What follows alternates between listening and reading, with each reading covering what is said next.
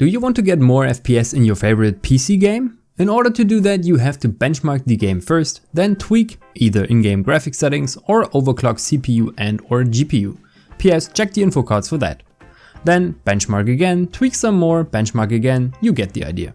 So how do you benchmark your favorite game if it has no implemented benchmark? Just follow along and use the MSI Afterburner and its included benchmark capabilities and learn what you should and shouldn't do while benchmarking.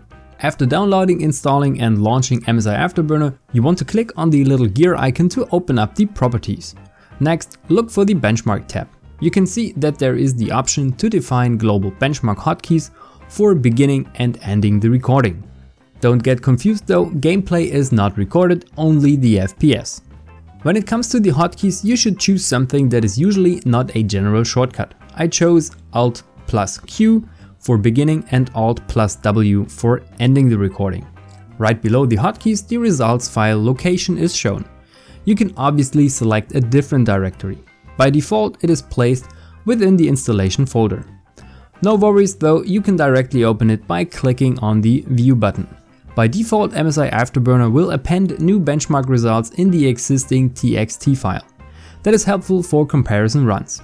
If you don't want that, just tick the box in front of Recreate existing benchmark result files. Before you start your benchmarking session, a common error happens when the Riva Tuner Statistics server is installed alongside MSI Afterburner and has the application detection level set to none. If that is the case, benchmarking won't work most of the time, so make sure it is at least set to low. Now let's get to benchmarking. Fire up your favorite game and simply play like you normally would. It is recommended to play at least a couple of minutes, 5 should be sufficient to get a reliable result that averages out unique FPS highs and lows.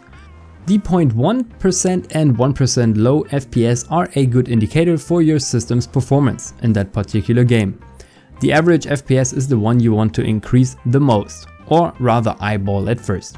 There will always be situations in games where the frame rate drops, sometimes dramatically, either due to massive explosions, lots of characters being rendered and so forth.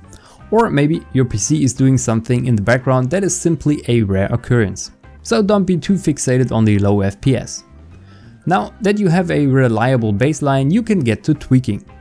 You can either tweak the graphics settings in-game or overclock system components, if you're comfortable with that of course. Make sure that you have a comparable game situation each time you benchmark.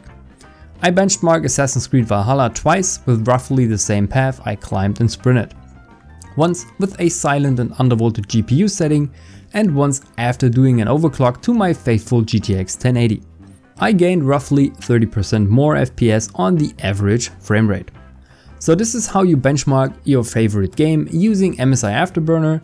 Like this video if you liked it, subscribe to help the channel and we will see you in the next one.